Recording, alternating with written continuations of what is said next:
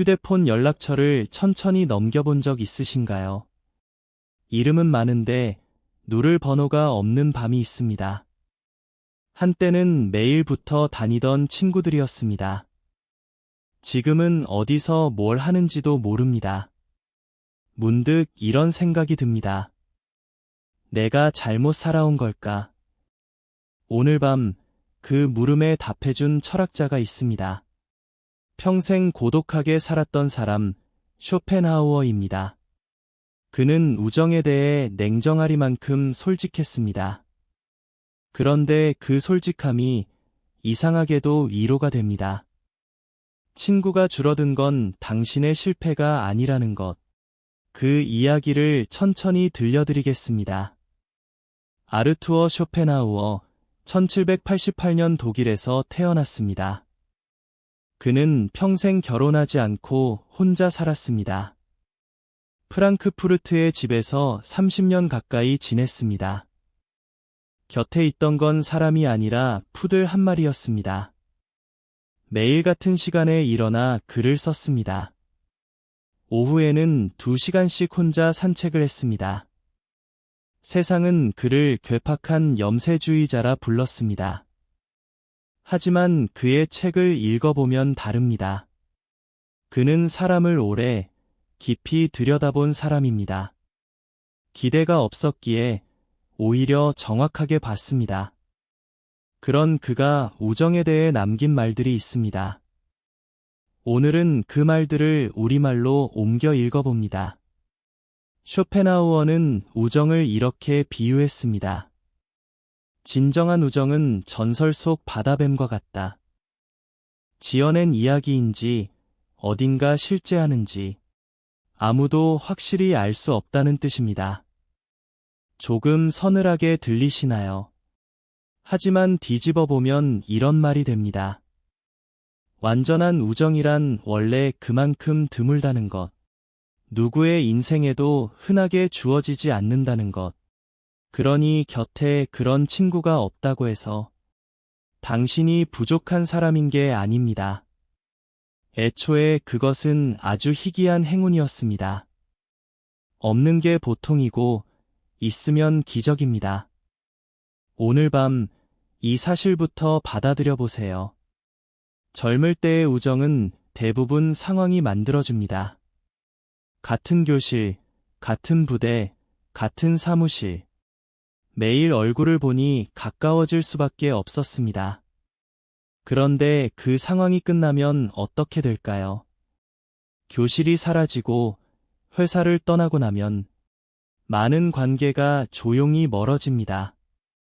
쇼펜하우어는 이를 이상하게 여기지 않았습니다. 상황이 맺어준 관계는 상황과 함께 끝납니다.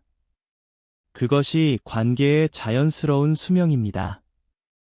계절이 바뀌면 잎이 지는 것과 같습니다.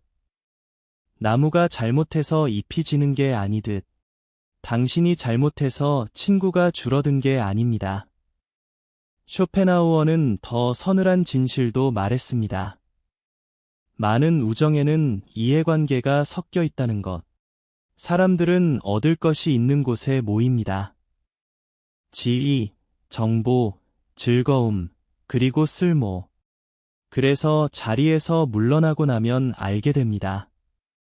어떤 전화는 내가 아니라 내 자리에 걸려왔다는 걸. 명함이 사라지자 함께 사라진 사람들. 그건 배신이 아니라 원래 그런 관계였을 뿐입니다. 서운해할 일이 아니라 정리된 것입니다. 썰물이 빠져나가면 바닥이 드러나듯 나이가 들면 관계의 실체가 드러납니다. 그리고 그때 남은 사람이 진짜입니다. 그렇다면 친구는 몇이나 필요할까요? 쇼펜하우어의 답은 뜻밖의 단순합니다. 많을 필요가 전혀 없다는 것입니다. 그는 넓고 얕은 교제를 오히려 경계했습니다. 모임이 많아질수록 나를 잃기 쉽다고 봤습니다. 그가 남긴 유명한 말이 있습니다. 사람은 어울리기 위해 자신의 4분의 3을 버린다. 남에게 맞추느라 내가 다른다는 뜻입니다. 100명의 지인보다 한 사람의 이해가 낫습니다. 1년에 몇 번을 못 만나도 괜찮습니다. 만나면 마음이 놓이는 사람, 한둘. 인생 후반의 우정은 그거면 충분합니다. 그래도 문득 그리운 얼굴이 있습니다. 말하지 않아도 통하던 오랜 친구. 쇼펜하우어도 그 가치를 부정하지 않았습니다. 오랜 우정이 귀한 건 시간 때문입니다. 내 젊은 나를 기억해주는 사람. 지금의 나만이 아니라 지나온 나를 아는 사람. 그런 사람은 새로 만들 수가 없습니다. 돈으로도 노력으로도 안 됩니다. 오직 세월만이 만들 수 있는 관계입니다. 아직 연락이 닿는 오랜 친구가 있다면 자주 못 봐도 그 인연을 놓지 마세요. 1년에 한 번의 안부면 족합니다. 그 한 번이 수십 년을 잇습니다. 쇼펜하우어 철학의 중심에는 이 문장이 있습니다. 사람은 혼자일 때 온전히 자기 자신이 된다.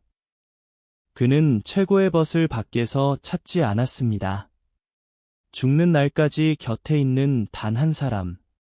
그것은 결국 나 자신이기 때문입니다. 생각해보면 그렇습니다.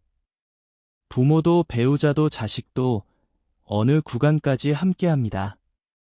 처음부터 끝까지 동행하는 사람은 나뿐입니다. 그렇다면 나와 잘 지내는 법을 배워야 합니다.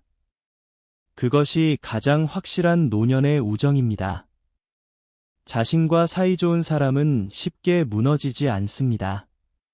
오늘 밤 그 벗에게 수고했다고 말해주세요. 쇼펜하우어의 곁을 지킨 건 푸들이었습니다. 그는 개에게 아트만이라는 이름을 붙였습니다. 영혼이라는 뜻의 말입니다. 그는 매일 개와 함께 산책을 나갔습니다. 우정의 자리는 사람만 채우는 게 아닙니다.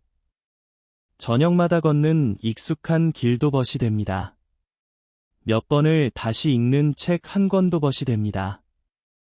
화분의 나무, 오래 들은 음악도 그렇습니다.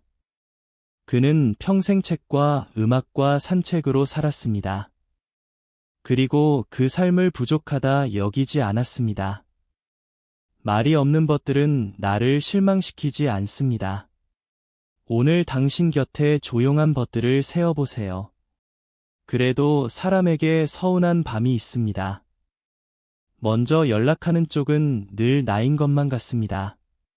힘들 때 곁에 아무도 없는 것 같기도 합니다. 쇼펜하우어는 그 마음의 뿌리를 짚었습니다. 서운함은 상대가 아니라 내 기대에서 나옵니다. 그는 사람에게 너무 많이 기대하지 말라 했습니다. 얕보라는 말이 아닙니다. 있는 그대로의 크기로 보라는 말입니다. 각자 제 짐을 지고 걷는 게 사람입니다. 그걸 인정하면 미움이 줄어듭니다. 기대를 내려놓은 자리에 편안함이 들어옵니다. 관계는 가벼워질 때 오히려 오래갑니다. 그럼 남은 인연은 어떻게 대해야 할까요? 쇼펜하우어의 답은 예의와 거리입니다. 그는 예의를 밀랍에 비유했습니다. 단단한 밀랍도 데우면 부드러워지듯 예의는 사람 사이를 부드럽게 만듭니다. 가깝다는 이유로 함부로 하지 않는 것, 오래된 사이일수록 말을 고르는 것, 그리고 적당한 거리를 지키는 것. 거리는 멀어짐이 아니라 배려입니다. 서로를 찌르지 않을 만큼의 간격. 그 간격이 남은 인연을 오래 지켜줍니다. 뜨겁지 않아도 됩니다. 따뜻하면 됩니다. 이 나이에 새 친구는 어렵다고들 합니다. 맞는 말입니다. 그리고 괜찮은 일입니다. 쇼펜하우어는 나이 듦을 이렇게 봤습니다. 젊음이 뜨거운 대신 흔들린다면 노년은 고요한 대신 또렷하다고. 관계가 줄어든 자리에 무엇이 남았나요? 눈치 볼 모임이 없는 홀가분한 저녁. 누구의 기분도 살피지 않아도 되는 시간. 그 시간은 텅 빈 게 아니라 비워진 것입니다. 이제야 인생이 온전히 내 것이 된 겁니다. 친구의 수는 줄었지만 나와 보내는 시간은 깊어졌습니다. 오늘 밤 이야기를 정리합니다. 진정한 우정은 원래 드문 것입니다. 친구가 줄어든 건 당신의 실패가 아닙니다. 상황이 만든 관계는 상황과 함께 떠납니다. 남은 한두 사람이면 충분합니다. 그리고 마지막까지 남는 것은 나 자신입니다. 쇼펜하우어는 혼자였지만 초라하지 않았습니다. 당신의 밤도 그러하길 바랍니다. 이야기가 마음에 닿았다면 구독으로 다음 밤의 이야기를 예약해두세요. 지식 한 스푼이었습니다. 편안한 밤 되세요.